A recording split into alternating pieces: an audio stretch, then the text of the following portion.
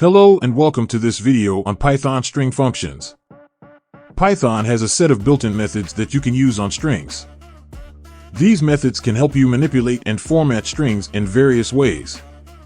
Some common string methods include capitalize, which converts the first character of a string to uppercase, casefold, which converts a string into lowercase, center, which returns a centered string, and count, which returns the number of times a specified value occurs in a string. Other useful string methods include find, which searches the string for a specified value and returns its position, format, which formats specified values in a string, isalnum, which returns true if all characters in the string are alphanumeric, and isalpha, which returns true if all characters in the string are in the alphabet. These are just some of the many string methods available in Python. You can use these methods to perform various operations on strings and make your code more efficient and readable. Thank you for watching.